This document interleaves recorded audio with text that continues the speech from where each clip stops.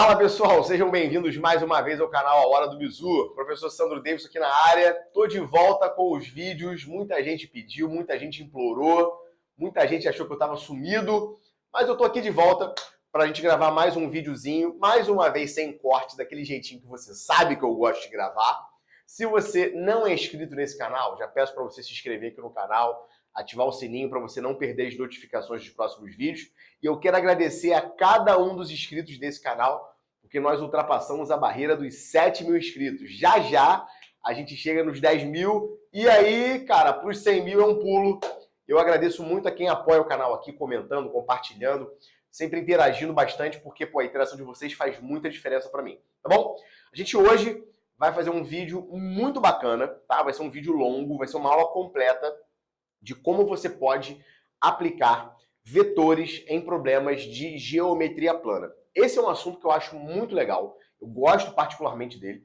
E eu me lembro, assim, quando eu era, sei lá, aluno do ensino médio, né, uma das primeiras vezes que eu fiz Olimpíada de Matemática na vida, a famosa OMERJ, Olimpíada de Matemática do Estado do Rio de Janeiro. Eu lembro que dos 5 problemas que havia na minha prova, um deles era um problema de geometria plana, e na época eu tinha aprendido vetores, né? Um professor de matemática tinha me ensinado vetores, a lidar com essa ferramenta e tal. E, cara, eu fiquei muito feliz porque foi assim, foi o primeiro problema que eu fiz da prova, fiz inteiro aquele problema. Foi muito bacana porque eu usei argumentos vetoriais para fazer o problema, o que é muito legal, tá? Então, assim, eu fiquei muito feliz de ter resolvido aquele problema assim. E a partir daí eu comecei a tentar explorar essa ferramenta em outros problemas, e hoje em sala de aula, quando eu ensino vetores para os alunos, eu ensino, né, o produto escalar, o produto vetorial, essas coisas que tem aqui no canal, que caem nas provas de escola naval e EFON, mas você pode usar essa ferramenta como sendo uma ferramenta poderosa para resolver problemas de geometria plana quando você ainda não tem muita ideia do que fazer, tá? E a motivação desse vídeo, né, assim, a motivação central, o problema que vai nos guiar nesse vídeo, é um problema, assim, de geometria plana puramente, mas que se você souber usar vetores, ele fica, ó, molezinha, tá? Então, vamos começar? Vambora? Aquele esquema, pega a coquinha gelada, coquinha não, que agora eu tô de dieta. Não sei se tu reparou no vídeo aí que eu dei uma emagrecida, não sei, vai que o vídeo engorda, sei lá, mas eu dei uma afinada, Tô no projeto aí, tá? Então pega aí um suquinho natural, pega um matezinho gelado com limão, ó, coisa maravilhosa. Bom demais, né? Pega um cafezinho com adoçante, tá bom demais, tranquilo? E ó, vamos começar. Vou botar o problema aqui no quadro para você tentar pensar nele. Seria bom você dar uma pausa no vídeo. Pausa o vídeo um pouquinho, tenta fazer. Não conseguiu, vamos começar ver essa aula aí completinha. Tá bom? Então vamos lá. O problema, gente, é o seguinte, ó. Deixa eu escrever aqui, ó. Problema. Nosso problema é esse aqui. Eu vou desenhar um triângulo, tá? Um triângulo de vértices ABC, beleza? E o que nós sabemos sobre esse triângulo? O triângulo tem os lados em progressão aritmética, tá? Eu podia chutar números aqui. Vou chutar números, tá? Para fingir que é um problema de prova, de livro, sei lá. Então vamos chutar uns números aí para os lados do triângulo, sei lá. 10, 13 e 16. Tá bom? Então são 3 lados formando uma progressão, as medidas formam uma progressão aritmética de razão 3. Beleza? O que eu quero saber no problema é a distância entre o incentro e o baricentro. Tá? É isso. Então, relembrando aí, para você que lembra das aulinhas de geometria plana, o incentro, ele é o ponto de encontro das bissetrizes. Então, o incentro deve estar aqui assim, mais ou menos, sei lá, tá? Então, bissetriz aqui, bissetriz aqui. Só para você desenhar duas, né? Porque a terceira com certeza passa ali também. E o baricentro. Baricentro é o ponto de encontro das medianas. Então, o ponto médio deve estar mais ou menos aqui, o outro ponto médio mais ou menos aqui, assim, sei lá. Tá meio mal desenhado, não tem problema não, tá? Baricentro aqui assim, tá? Então, ponto médio, a gente quer saber a distância entre o incentro e o baricentro desse triângulo. Tudo bem, gente? Beleza? Então, quero esse segmentozinho vermelho aqui. Tá? Gostou do problema? Difícil? Esquisito? Dá um pause no vídeo aí. Pausa, tenta fazer. E na volta você despausa aí para ver a solução do vídeo. Tá bom? Beleza? Tá, vamos lá. O que nós vamos fazer nesse problema? A gente vai usar vetores para calcular a distância entre o incentro e o baricentro.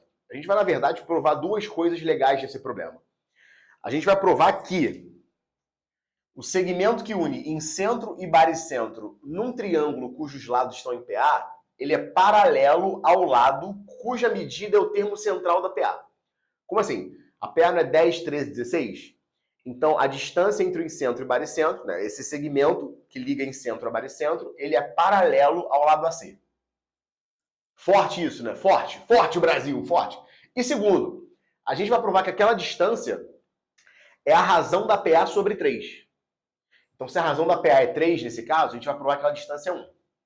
Então, o que nós vamos provar aqui? Ó? Então, vamos provar. Deixa eu escrever aqui. Ó. Provar que IG é paralelo a AC. A gente vai provar que isso é verdade. E a segunda coisa é que IG vale 1, que é a razão sobre 3. Né? Vou escrever assim, 3 sobre 3, tá? Só para ficar claro que é a razão sobre 3. Nós vamos provar essas duas coisas. E assim, cara, assim, eu não sei se você, assim como eu, né? Eu sempre fui um aluno de geometria plana não tão brilhante, né? Então, se eu visse um problema como esse, por exemplo, eu ia ficar traçando um monte de coisa, ia tentar fazer um desenho bonito, catar umas semelhanças, mas ainda assim eu acho que eu ia ficar meio perdido. Quando eu aprendi vetores, eu vi que meu mundo pode ser bem mais amplo, tá? A gente pode usar ferramentas muito legais para fazer problemas de plano. Agora, um detalhe, gente, olha só, eu sei que, assim, eu sou um cara que me meto aqui a gravar vídeo no YouTube, e muitos alunos, quando veem esses vídeos no YouTube, eles pensam assim, então tá bom, então o Sandro falou que resolver problemas de plano por vetores é a melhor coisa do mundo. Não, eu nunca falei isso, e nem vou falar. Eu estou dizendo que nesse problema particularmente, calcular a distância entre incentro e baricentro é de boa. Por quê? Porque existem fórmulas muito fáceis para você decorar que localizam incentro e baricentro de um triângulo. E é só por isso. Não é qualquer problema de plano que é melhor por vetores, não é que, vetores é a melhor coisa do mundo. Cuidado, tá, gente? Às vezes o aluno, né, assim, até você mesmo, olha algum vídeo no YouTube aí, vê um cara usando uma solução que você acha maravilhosa e você acha que aquela solução é a melhor do mundo, tá? A melhor solução, gente, é aquela que você viu primeiro, tá? E aquela com a qual você está mais acostumado. Então eu estou te mostrando uma ferramenta para fazer o problema. Não é a única, mas é uma ferramenta legal que você pode explorar em outros problemas também. Tá bom? Beleza? Então vamos lá. Para a gente poder provar essas coisas, eu vou ter que dar uma microaula aqui de vetor, tá? Então segura na cadeira aí, porque agora a gente vai começar a voar. Bom, gente, olha só. O que você tem que pensar em matemática quando eu falo sobre a palavra vetor? Esquece aquela coisa da física de pensar em setinha. Não que isso aqui não seja verdadeiro em matemática, mas quando você pensa em vetor na matemática, você pensa num elemento que carrega consigo várias informações. E qual é o elemento da matemática que carrega consigo várias informações? É o par ordenado, é a triplo ordenada, é a quádrupla ordenada, porque é um elemento só matemático que carrega várias informações. Você podia pensar, mas o conjunto também faz isso. Só que o conjunto não tem ordem entre os elementos, né? O par ordenado é bom por isso, porque cada elementozinho numa posição correspondente, ele faz referência a uma informação diferente. E é por isso, cara, que a palavra é vetor. Né? Quando você pensa, por exemplo, qual é o vetor da dengue? Aí você fala, o mosquito Aedes aegypti, porque é um mosquitinho que sai de um lugar e leva para outro lugar. É ele que carrega a informação, né, da doença lá. Então a palavra vetor é por isso. Tá? Então quando você pensa em vetor, tem que pensar no seguinte, ó. Imagina, eu vou pensar sempre em duas dimensões, porque o nosso problema é de plana, então não preciso aqui de uma terceira dimensão aqui não, tá? Então, pensa no plano cartesiano. O que eu preciso pensar quando eu falo sobre a palavra vetor? Pensa num par ordenado. Aí você fala, como num par ordenado? Par ordenado. Imagina o par ordenado AB, tá? Par ordenado AB, tá aqui. Eu sempre vou pensar num segmento orientado que sai da origem e vai para o ponto AB. Então, vetor é isso aqui, ó. Tá? Então, a cada parzinho ordenado do plano cartesiano está associado um vetor e vice-versa. Então, esse vetor que sai da origem e olha para o ponto AB, né, que está sendo aplicado no ponto AB, se esse pontinho aqui eu chamasse lá de ponto A, por exemplo, né, esse é o ponto A de coordenadas AB, eu vou falar que esse é o meu vetor A. Eu posso falar assim, vetor A ou vetor OA. Então, é vetor A ou vetor OA. Por que eu não preciso colocar o O toda hora? Porque eu não preciso saber onde está a origem. A origem é um ponto escolhido, é um ponto arbitrário. Então, escrever A ou OA é a mesma coisa para mim aqui. Sai da origem, tem como ponto de aplicação um ponto A. Tá bom, gente? Beleza? Então, você pode inventar um outro vetor aqui também, ó. Sei lá, vou desenhar esse vetor aqui, ó. Esse aqui. O vetorzinho verde. Vetorzinho verde que está sendo aplicado no ponto B de coordenadas C e D. Então, esse vetorzinho verde é o nosso vetor B. E por aí vai, tá? Então, pensei num par ordenado, pensei num vetor associado a ele. Basicamente é isso. E você também pode definir um vetor geométrico associado a esses dois vetores. Olha, esse vetor sai da origem e vai para o A. Esse aqui sai da origem e vai para o B. Eu posso inventar um vetor que sai de A e vai para B.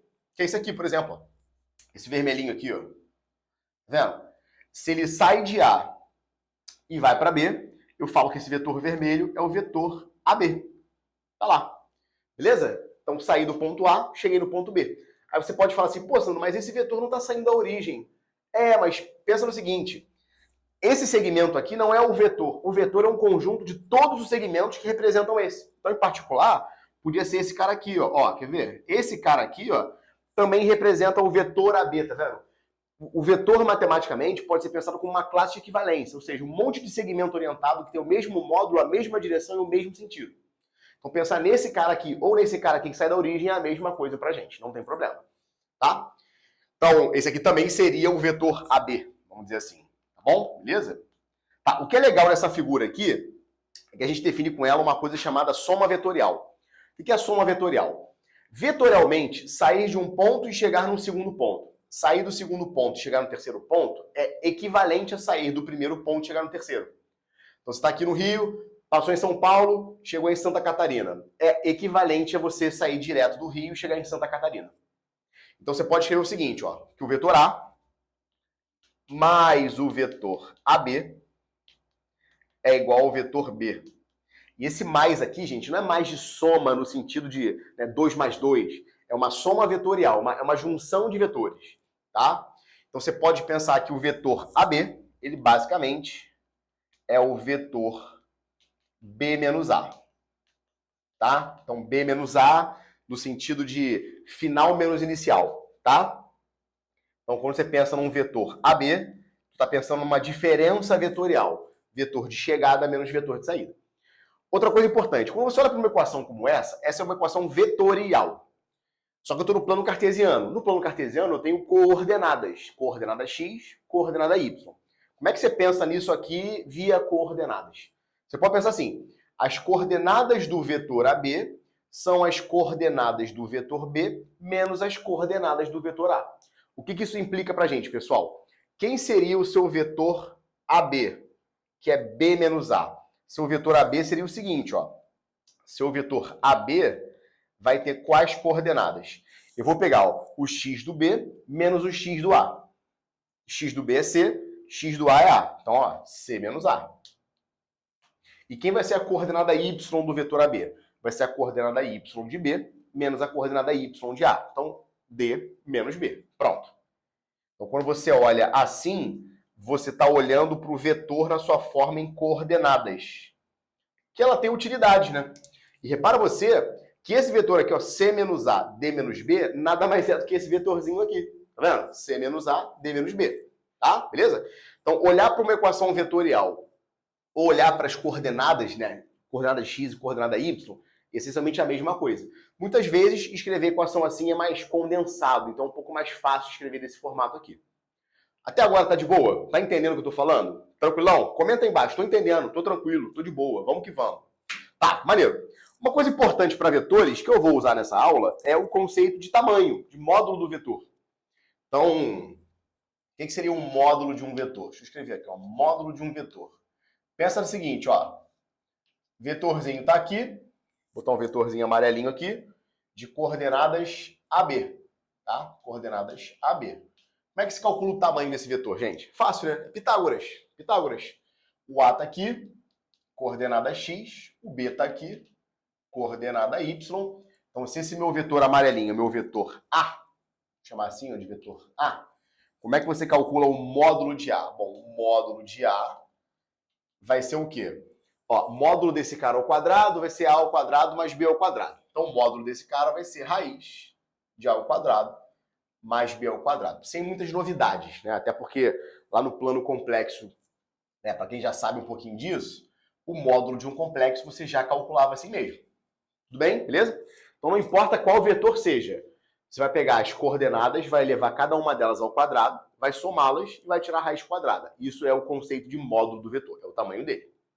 Tudo bem, gente? Beleza? Então, se eu quisesse calcular o módulo desse vetor, eu ia fazer o quê? Raiz quadrada de c menos a ao quadrado mais d menos b ao quadrado. Sem problemas. Tudo bem? Beleza? Legal. Outra coisa que é muito importante para mim, muito mesmo, é isso aqui, ó. Divisão de segmento. Divisão de segmento. Cara, isso aqui nessa aula vai ser fundamental. Tá? Divisão de segmento. Em geometria plana, quando você tem um segmento qualquer e você posiciona um ponto dentro desse segmento, um ponto no segmento, esse ponto divide o segmento numa razão pré-estabelecida.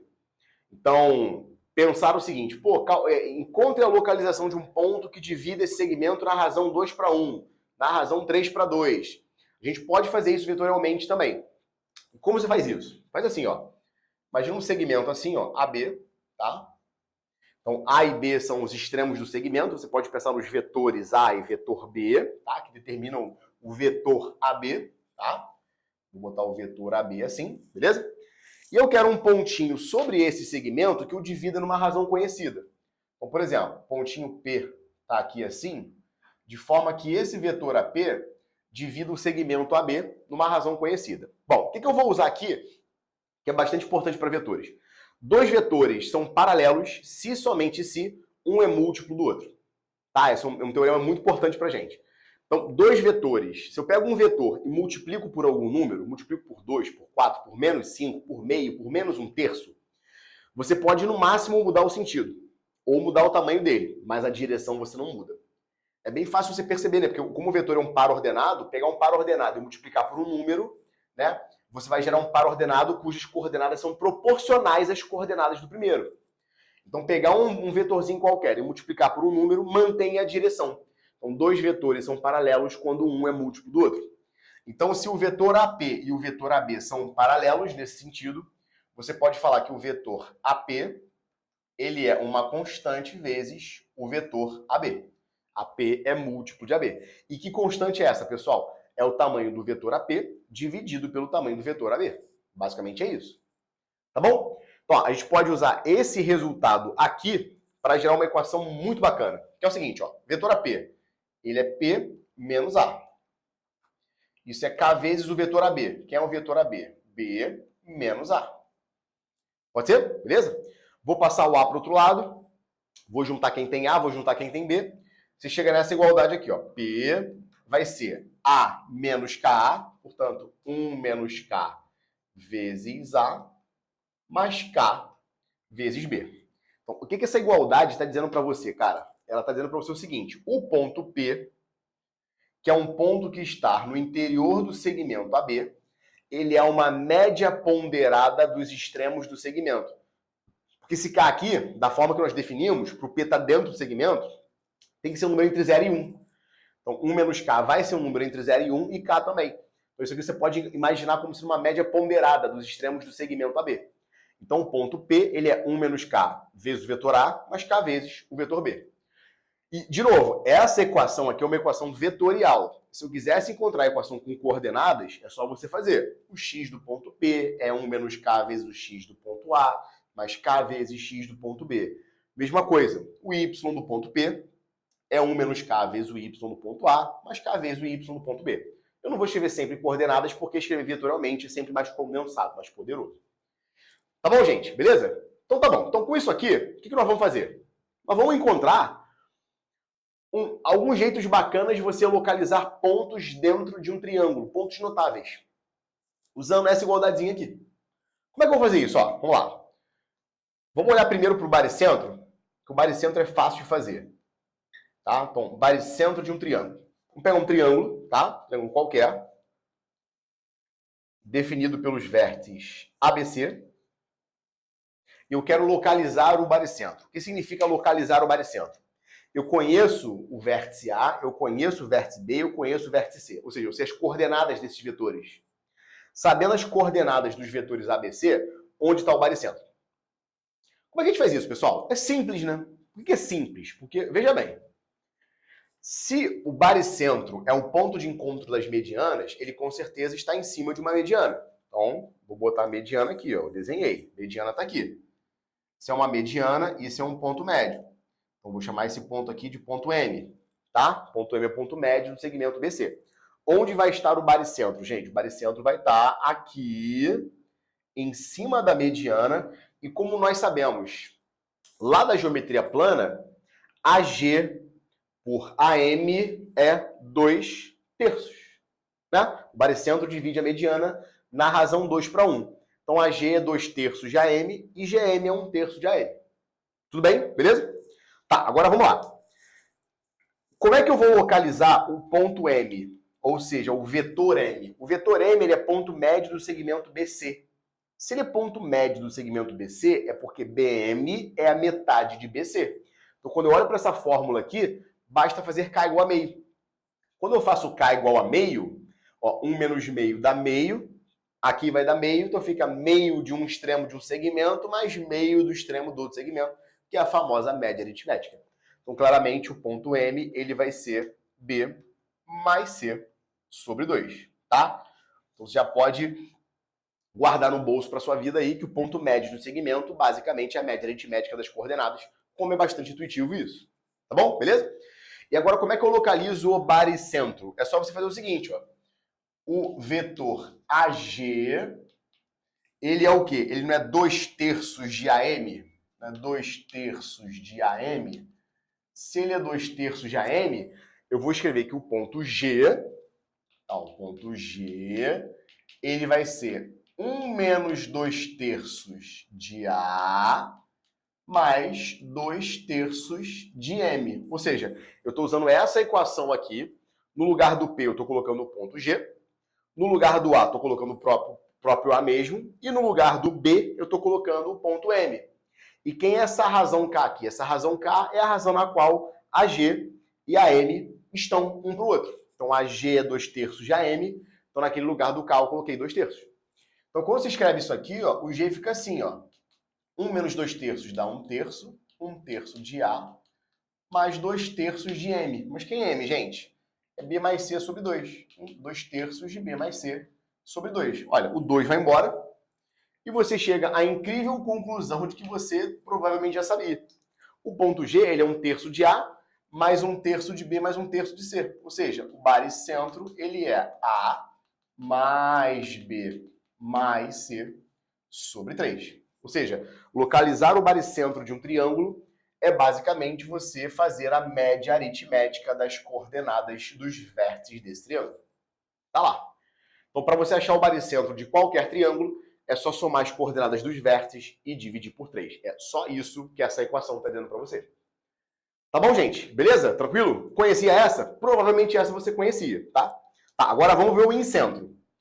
Como é que eu acho o incentro? Tá? O incentro de um triângulo, pessoal, ele é o quê? Ele é o ponto de encontro das bissetrizes. Então, ó, triângulozinho ABC, tá bom? Vou dizer que os lados do triângulo, que vai ser importante para mim isso. Lado oposto ao vértice A tem tamanho A, lado oposto a B tem tamanho B, lado oposto a C tem tamanho C. Então, ponto de encontro das bissetrizes. Vamos desenhar uma bissetriz aqui primeiro. Desenhei a bissetriz, ó, esse ângulo é igual a esse. E agora vamos desenhar a segunda bissetriz. Essa aqui, por exemplo. Tá? Pá, só até aqui tá bom. Por quê? O ponto de encontro das bissetrizes é o nosso famoso incentro. Então vou chamar esse pontinho aqui de ponto D, por exemplo. Tá? Essa distância A, botar um pouquinho mais para baixo para que não ficar poluído. Tá? Então A, isso aqui tudo. Beleza? E esse segmento verdinho também é uma bissetriz. Então esse ângulozinho é igual a esse ângulozinho. Tá, como é que você deduz a fórmula do incentro? Você vai precisar de duas coisas. Primeiro, como isso aqui é uma bissetriz, a bissetriz interna de um ângulo, né, de um triângulo, divide o lado oposto a esse ângulo em partes proporcionais aos lados desse triângulozinho. Tá certo?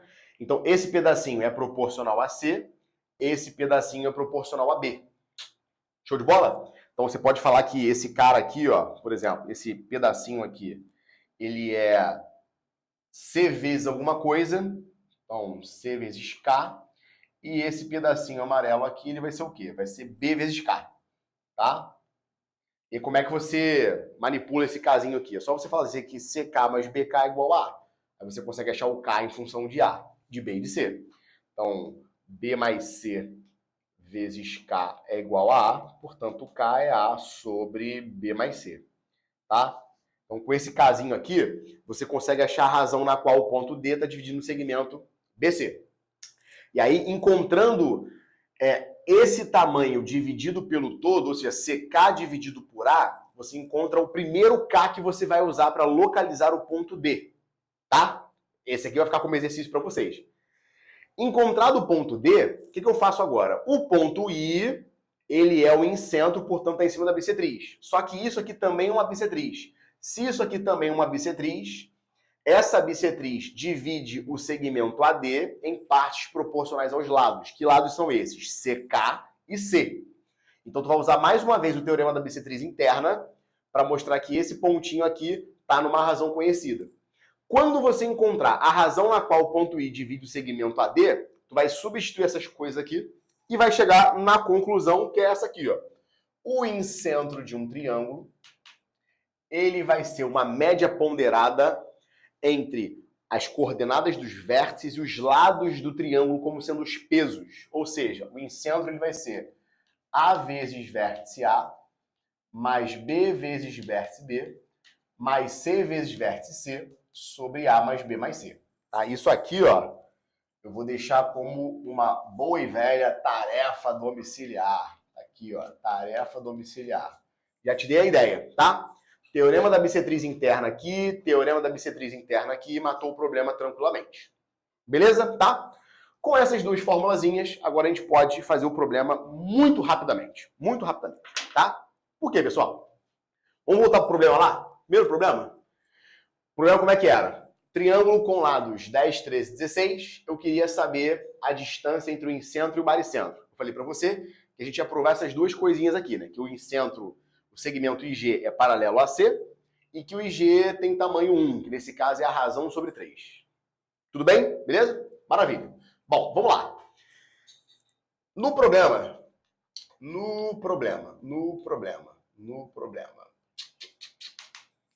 Bom, o baricentro do triângulo, ele claramente vai ser A mais B mais C sobre 3.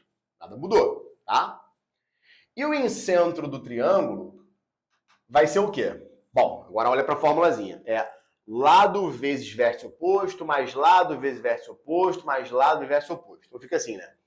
16A, né? 16A mais 13B, mais 13B, mais 10C, tá? Mais 10C. Tudo isso sobre quanto, gente? Tudo isso sobre a soma dos lados. É 10 mais 13 mais 16, tá? É 26 com 13, tudo isso sobre 39. Faz sentido para vocês isso? Beleza? Tá. A gente quer olhar para o vetor IG. Lembra que o vetor IG vai ser G menos I, ou GI, tanto faz, né? Que o sentido não importa muito para a gente, porque eu vou olhar só para o tamanho, tá?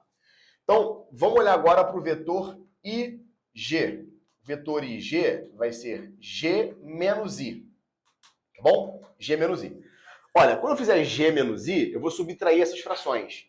Então, como eu vou subtrair as frações, já vou fazer direto o MMC. Como aqui o denominador é 39, eu vou multiplicar em cima e embaixo aqui por 13, para ficar já bonitinho ali 39 aparecendo. Então, eu vou botar assim, né? 13A mais 13B mais 13C sobre 39. Beleza? Multipliquei por 13 em cima e embaixo. Agora eu vou fazer lá em cima, menos aqui embaixo. Tudo bem? Beleza? Legal. Então, ó, 13A menos 16A dá menos 3A. Legal? 13B menos 13B foi embora. 13C menos 10C dá 3C. 3C. Tudo isso sobre quanto, pessoal? Sobre 39. Olha que coisa bonita que apareceu, gente. Vou botar um... Repara que dá para cortar um 3 de todo mundo aqui, né? Bem de boa aqui, né? Então, cortando o 3zinho aqui, o que vai acontecer? Vai acontecer o seguinte, ó. Fica menos A mais C, tudo isso sobre 13. Faz sentido isso para vocês? Beleza? Tranquilo? Bom, menos A mais C sobre 13 é a mesma coisa que C menos A sobre 13. Agora, gente, peraí. C menos A. O que é C menos A? C menos A é que vetor? É o vetor AC, né? Então, C menos A é o vetor AC, final menos inicial. Então, aqui a gente acabou de concluir o seguinte, que o vetor IG, ele é AC dividido por 13. Ou seja, o vetor IG é o vetor AC dividido por 13. Como é que eu pego um vetor e divido por 13? Dividir um vetor por 13 é a mesma coisa que multiplicar por 1 sobre 13. Ou seja, eu estou pegando um vetor e estou multiplicando por uma constante. Então, vê se fica mais claro para você assim, ó. O vetor IG, ele é 1/13 do vetor AC. Ou seja, pessoal, o vetor IG, ele é um múltiplo do vetor AC. Olha que coisa bonita. O vetor IG é um múltiplo do vetor AC. Se o vetor IG é um múltiplo de AC, dois vetores, quando um é múltiplo do outro, são dois vetores paralelos. Ou seja, essa primeira parte aqui, ó, aprovada. IG, de fato, é paralelo ao vetor AC. Mole, mole. Então, o segmento IG, ele vai ser paralelo ao segmento AC. Tá, Sandro, como é que eu provo que o IG vale 1? Já está provado. Por quê, gente? Se eu quiser calcular o módulo desse vetor, o tamanho desse vetor, eu vou calcular o tamanho desse. Então, eu posso aplicar a função módulo de ambos os lados dessa igualdade? Ou seja, o módulo do vetor IG vai ser um módulo de 1 sobre 13 vezes o vetor AC. Como 1 sobre 13 é um número, ele pode sair do módulo. Então fica 1 sobre 13 vezes o quê? Vezes o módulo do vetor AC. Gente, o que é o vetor AC? O vetor AC está aqui, ó. Qual é o módulo desse vetor, galera? É o tamanho desse lado, é 13. Ou seja, 13 sobre 13 é o famoso 1. Pronto, tá aí. Então, de fato, o módulo do vetor IG é igual a 1, o que nos conduz ao fato de que a distância entre o incentro e o baricentro é a razão da progressão aritmética sobre 3. Exatamente isso. Esses dois resultados estão aí provados para você. Tá lá, os dois resultados provados. Tá bom? Então são dois teoremas muito fortes. IG é paralelo a AC, né? Então o segmento que liga incentro a baricentro é paralelo ao lado de medida central na PA. E além disso, essa medida vai ser a razão da progressão aritmética das medidas dos lados sobre 3. Coisa muito fina, muito sofisticada. Vai, combina comigo aqui. Não é bonito? E olha a solução do problema. A solução do problema é rápida. Eu fiz aqui um cantinho aqui do quadro, basicamente.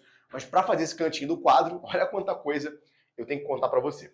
Tá bom? Então quer dar uma printada nesse quadro bonito aí?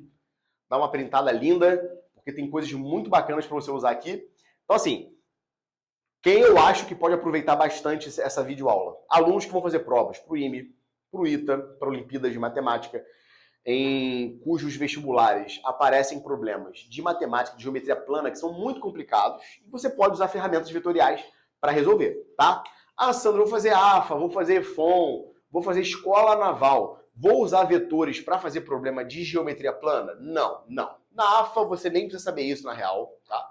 EFON Escola Naval tem que fazer problemas de vetores que tem a ver com vetores, como cai na prova assim, formalmente. Agora, como ferramenta que eu mostrei aqui para vocês, IME, ITA e Olimpíadas de Matemática são muito legais para você guardar essa ferramenta no bolso e não esquecer nunca mais. Fechado? Gostou dessa aula? Achou bacana? Gostou aí do poder dos vetores? Gostou do poder dos vetores? Os vetores são poderosos, né, cara? São muito poderosos para fazer problemas bem interessantes como esse. Legal? Gostou dessa videoaula aí, cara? Então, dá o seu likezinho, comenta aqui embaixo, dá mais dicas aí de vídeo para eu poder gravar aqui. Se inscreve no canal se você não é inscrito. Até o próximo vídeo. Tamo junto. Grande abraço. Valeu!